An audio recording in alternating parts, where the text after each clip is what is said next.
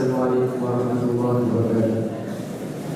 الحمد لله وحده، والصلاة والسلام على من لا نبي بعده.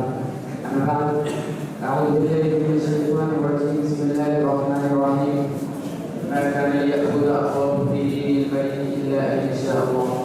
صدر المحترم، سمعنا جميعا، أساتذة الكرام، مهمانان الإخوان اور عزیز ساتھی، رسمی حاضرات میں ہماری تقریر ہے دستور سے واقعی کے حالات کی ضرورت. حضرات، جن حالات سے ہم گزر رہے ہیں یہ بڑے ہی نازک اور خوفناک حالات ہیں. ظلم و ستم کی داستانوں کا تمثیلی نمونہ ہم دیکھ رہے ہیں.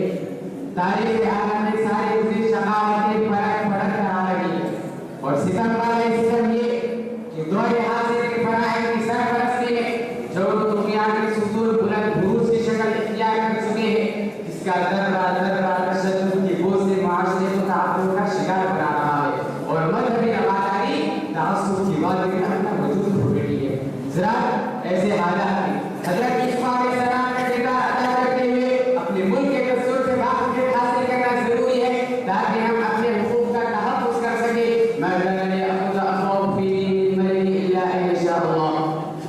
آج ہمارے تشخص پر انگلی اٹھاتے ہوئے لنخرجنکم من ارضنا او لتعودن فی ملتنا کی پالیسی اپنائی جا رہی ہے، جبکہ دستور ہمارے حقوق کا تحفظ کا ظاہری سبب ہے. دفعہ نمبر 25 کہتا ہے freedom of conscience and free profession, practice and propagation of religion. ہمیں اپنے مذہبی امور انجام دینا چاہتے ہیں، لیکن اہل باطل وکان فی المدینہ انسان رہتی یفسدون فی الارض ولا یصلحون کی روش اپنا کر ہمارے مذہبی شاعر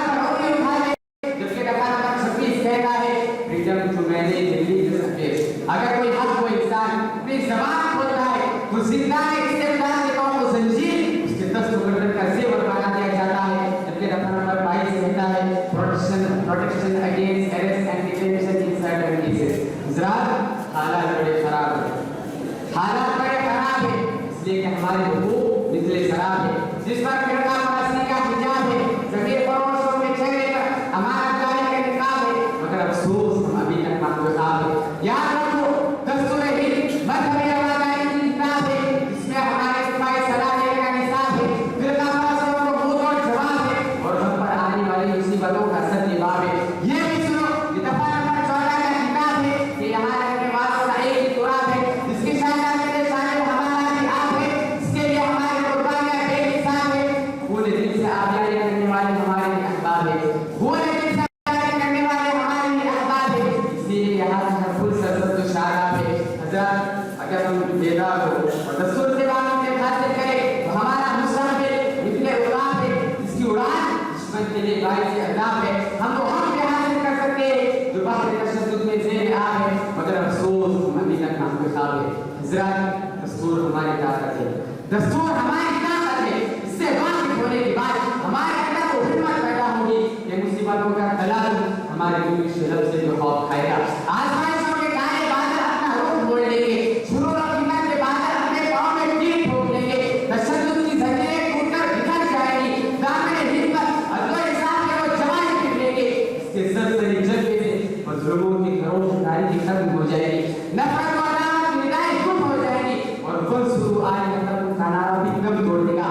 وَإِنَّهُ لَنَا لَغَائِبٌ سَعَادَةً بِذَائِقٍ protection of life and personal liberty کا بیان ہم لے کر پورے ملک کو اس بات سے معاف کر دے گی جس سے متشددین مجبور ہو کر اپنی بے مثالی کا اظہار کریں گے.